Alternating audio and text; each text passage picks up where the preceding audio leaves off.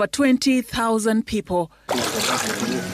It's a beehive of activities, with residents forced to move out of their houses due to floods caused by the rising waters of Lake Naivasha.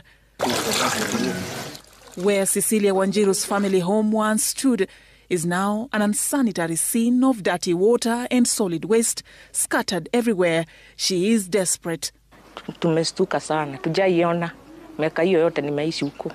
Mawazo yangu ni kushindwa tunatoka hapa tuende wapi, na tunajua hapa ndio nyumbani.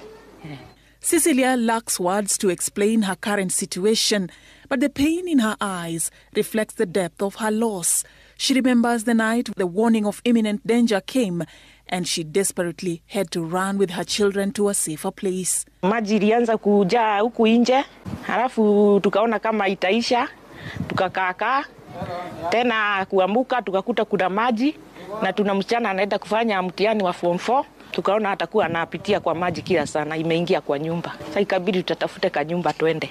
The option to run for safety has, however, proven to be expensive for most residents, a majority being workers at the nearby flower farms, earning a meager salary. At phase 1 of Kihoto Estate, which is worst hit by the unforgiving waters, we meet Hamisi Ondieki. He was among the handful who were left behind. He could not afford to move his family, but on this day, he has no option.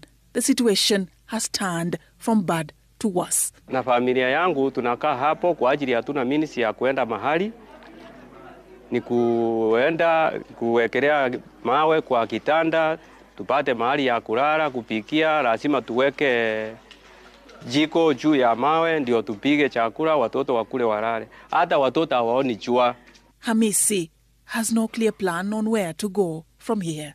Nikiangalia mtoto, nirudi niende kumalizia pipi, hata kukula sikuli. Mtoto akikuangalia na akikuongeleza ni machozi. His dilemma is shared by several families here. Many have been left at the mercy of selfish landlords, taking advantage of the increasing demand for housing.